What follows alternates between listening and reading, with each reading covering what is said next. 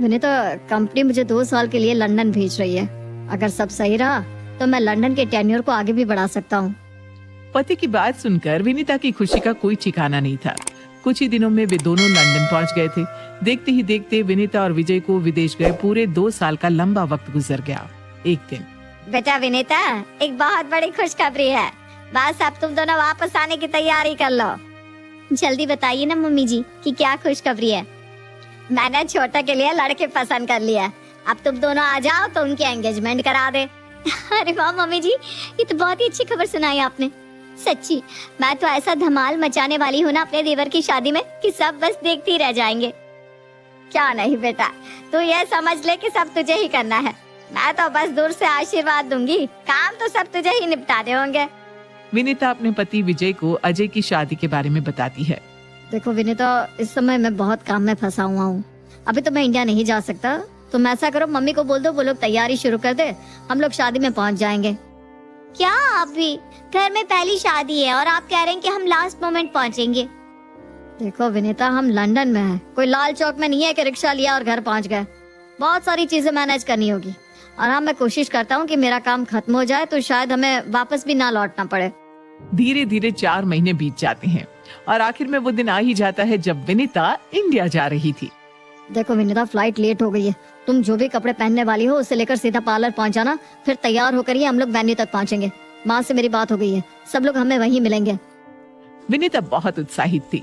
एक तो वो 2 साल बाद सबसे मिलने वाली थी, ऊपर से देवर की शादी में जाने की खुशी उसके चेहरे पर दिखाई दे रही थी। शादी में पहुंचने के बाद, बहू, सिर्फ तुम्हारे कारण हमने बहू से स्टेज पर घूंघट कराया है। अब जाओ और जाकर सस्पेंस खत्म करके घूंघट उठाकर अपनी देवरानी से मिल लो। विनीता स्टेज पर जाकर जैसे ही अपनी देवरानी का घूंघट उठाती है, उसके पैरों के नीचे से जमीन ही खिसक जाती है। तुम मेरी देवरानी, तुम यहाँ क्या कर रही हो? तुम्हारी हिम्मत भी कैसे हुई मेरे देवर के साथ शादी करके मेरे घर में घुसने की? भूलो मत, जिस तरह से तुम इस घर की बहू हो ना, मैं भी इस घर की बहू बनने जा रही हूँ। अरे बेटा, देवरानी जेठानी मिलते ही सास की बुराइयां करने लगी क्या? अरे भाई, बहुत समय मिलेगा तुम दोनों को आपस में बात करने का। अभी फिलहाल विनीता बहू तुम यहाँ आ जाओ। विनीता बहू देखो, अब तुम आ गई हो तो अपनी जिम्मेदारी संभाल लो। ये लो, फेरों से पहले तुम्हें ही ये गहने पहनाकर अपनी देवरानी को फेरों के लिए तैयार करना है। मम्मी जी मैं? अरे तू नहीं तो और कौन? जेठानी का हक होता है अपने देवर के लिए बारात लेकर जाने का और उसकी दुल्हनिया को डोली में बिठाकर घर लेकर आने का। अरमान तो मेरी भी बहुत थे मम्मी जी, लेकिन इस सुजाता को अपनी बहू बनाकर आपने मेरे सारे अरमानों पर पानी फेर दिया। मेरी सारी खुशी हवा हो गई है। अब देवर की शादी में नाचना तो दूर, मैं तो सही से मुस्कुरा भी नहीं पा रही हूँ। अरे सारी दुनिया छोड़कर आपको मेरी जानी दुश्मनी मिली थी इस घर की बहू बनाने के लिए। जिस लड़की की मैं शक्ल तक दिखना नहीं चाहती, अब सारी उम्र वो मेरी आंखों के सामने मेरी देवरानी बनकर नाचेगी। हे भगवान, ये क्या किया तुमने? कुछ देर बाद, विनीता बहू, जाओ ये गहने लेकर जाओ और अपने हाथों से सजाकर अपनी देवरानी को फेरों के लिए लेकर आओ। जी मम्मी जी। कमरे में, ये लो तुम्हारे गहने और उन्हें पहनकर खुद ही तैयार हो जाओ। और हाँ, मुझसे कोई उम्मीद रखने की जरूरत नहीं है। मैं अपने जीते जी कभी तुझे अपनी देवरानी नहीं मानने वाली, आज नहीं और कभी नहीं। अरे चल चल, तुझे क्या लग रहा है मैं तुझे अपनी जेठानी बनने के लिए मरी जा रही हूँ क्या? वो तो मैं बस मेहमानों का लिहाज कर रही हूँ, वरना तुझे तो मैं धक्का मार कर भगाती। मेरी शादी में बिना बुलाए आने की तेरी हिम्मत भी कैसे हुई? तुझ पे बड़े सुरखाब के पर लगे हैं ना, जो मैं तेरी शादी में बिना बुलाए घुसाऊंगी। मैं यहाँ बस अजय के लिए आई हूँ, और अब अगर तूने अपनी गंदी जुबान से एक भी शब्द कहा ना, तो मैं सारी बातें जाकर माँ जी को बता दूंगी। कहीं ऐसा ना हो तेरी बदतमीजी के कारण तेरे दरवाजे तक आई बारात वापस लौट जाए। और हाँ, एक बात और, आज के बाद ना मुझे नाम से बुलाने की गलती मत करना। जेठानी हूँ मैं तेरी, तो आज के बाद मुझे क्या कहकर बुलाएगी? जी भाभी जी, समझ गई?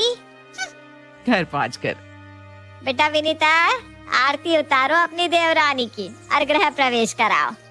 और सुजाता बहू, तुम भी पैर छूकर अपनी जेठानी से आशीर्वाद ले लो।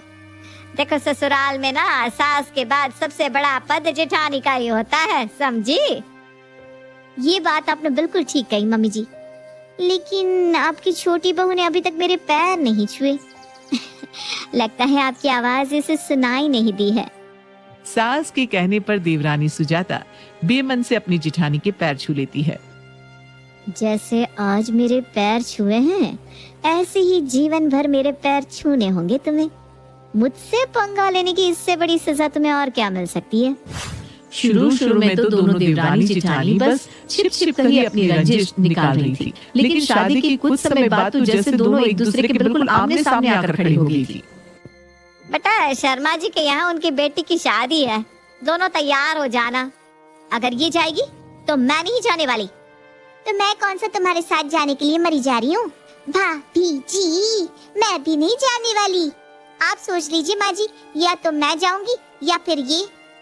पता नहीं कौन से जन्म के पापों की सजा मिली है मुझे, जो मैं तुम दोनों को ब्याह कर अपने घर ले आई। जंगली भैंसों की तरह सिंग से सिंग भिड़ाकर दिन भर लड़ती रहती हो। अरे शर्म नहीं आती तुम दोनों को? और सुजाता, तू तो कुछ शर्म कर ले, तेरी जेठानी है वो। मम्मी जी, इन्हें इस बात की शर्म है कि मैं उनकी देवरानी हूँ। इज्जत देने पर ही इज्जत मिलती है। अब वो जमाना नहीं रहा कि जेठानी उल्टी बात करे तब भी देवरानी जेठानी के पैर धोकर पीती रहे। जेठानी होगी तो अपने घर की।